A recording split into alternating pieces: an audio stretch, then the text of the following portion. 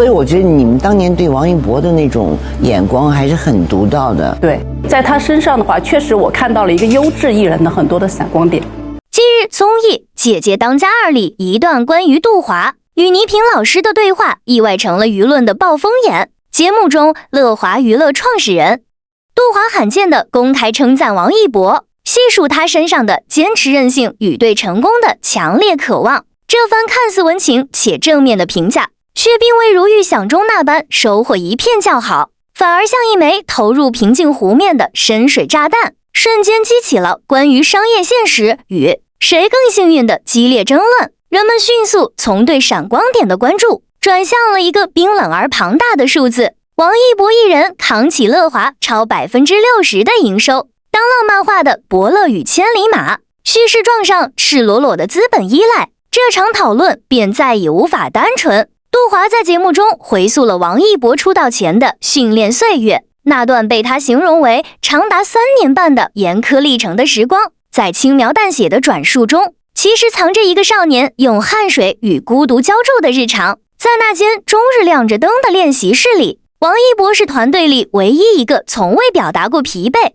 从未流露过退缩念头的成员。当同龄的练习生因受不了高强度的体能压榨和前途未卜的煎熬而陆续离开时，他始终沉默地留在原地，把所有的苦往肚子里咽。杜华提及的细节尤为动人。为了打磨台词，王一博曾用一种近乎笨拙却极致的方法自主练习，那就是咬筷子，用牙齿死死咬住一根筷子，强迫口腔肌肉形成记忆，直到字正腔圆，直到唇舌麻木。可以想象无数个深夜少年独自对着镜子，嘴里含着筷子，一遍遍重复着绕口的词句，口水不受控制地流下，面部肌肉酸痛到发抖，但他没停。这份近乎自虐的较劲不是做给任何人看的，那是一个对舞台有着原始饥渴的少年，在无人看见的角落，为自己未来的每一句台词、每一个角色默默铺下的基石。这份刻进骨血里的踏实，后来被所有合作过的业内人士看在眼里，并化作了圈内交口称赞的口碑。那些常年奔走在片场的导演、制片人和工作人员，见惯了名利场的浮华与骄纵，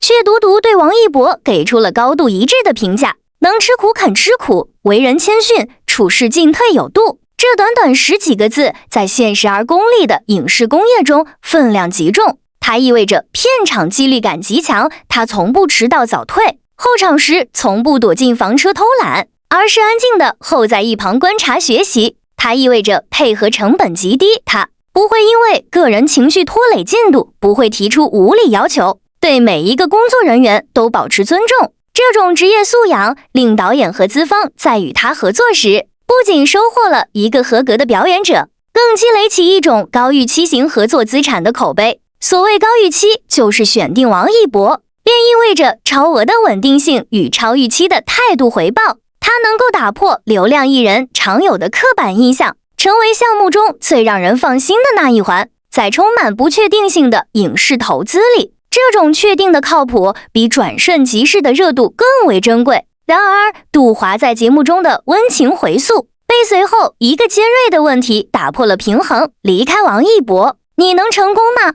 杜华的回答滴水不漏，试图用一种双赢的叙事将关系重新定义为彼此幸运。遗憾的是，大量粉丝和网友对这一说法并不买账，甚至嗤之以鼻。舆论的反弹并非空穴来风，而是长久以来细节堆积下的集中爆发。粉丝们清晰地记得，杜华曾在密集的宣传期里多次当众说错王一博所饰演的角色名，将那些他倾注心血、耗费数月甚至更久去塑造的人物轻飘飘的混淆。更有甚者，在一次关于王一博纪录片的公开介绍中，他竟将拍摄地的南北美都彻底搞错，从北美说到了南美，中间隔着整整一个赤道的漫不经心。在公众眼中，一个连艺人基本工作动态都未能准确掌握的老板，此时大谈互相成就，那种真诚度自然要打上巨大的问号。网友们一句犀利的评论直戳本质：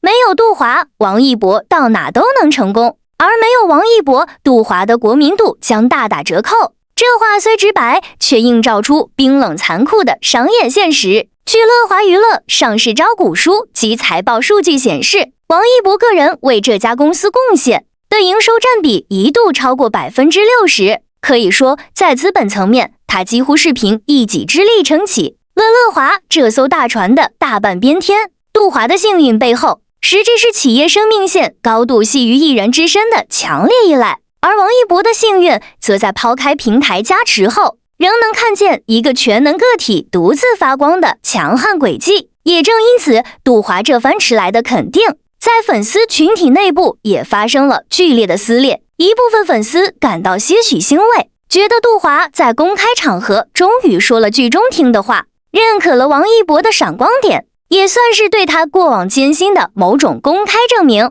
但更多的人则轻行且抵触，他们指出王一博身上这些被夸赞的坚韧、拼搏与谦逊，分明是他自己一拳一脚、一日一夜拼出来的，这与老板的眼光毫无关系。甚至在他的成长过程中，这种眼光常常是缺席的。他们回忆起的不是杜华洞察一切的伯乐之名，而是那个13岁离家、语言不通，在异国地下室练习到凌晨的少年。是因为心肌炎被医生警告不能再跳舞，却一天打8瓶吊针硬撑着恢复，然后继续把自己甩回练习室地板的偏执身影。是那个在天天向上镶边站了许久，抓紧一切空隙向前辈请教的小透明。他的韧性是在漆黑夜里独自打磨出来的珠光，而不是被谁点亮的一盏灯。所谓高于期行合作资产的口碑，是他用一个又一个让导演省心、让资方满意的微小细节积累起来的职业信用。这些实打实的沉淀，注定了无论有没有杜华，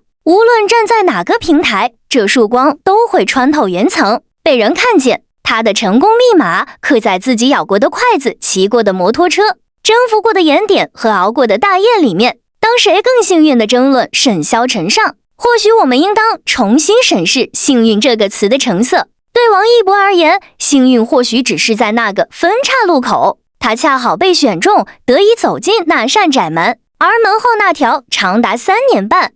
乃至此后更漫长岁月里的荆棘路，全都是他自己一步一血印地探过去的。杜华的称赞像是一个迟来的注脚，揭开了庞大冰山的一角，而那海面之下沉默却坚不可摧的基石，是王一博独自用咬紧的牙关和永不言弃的心气锻造出来的。舆论可以讨论营收占比，可以计算商业价值，甚至可以喋喋不休地争论谁成就了谁。但那些咬筷子练台词的深夜急速飞驰的赛道，谦虚握紧的双手从不参与任何辩论，他们只是静静地嵌在一个年轻人滚烫的生命里，告诉世人真正的闪光点从来都只从自己亲手点燃的火把中迸发，无需借谁的光。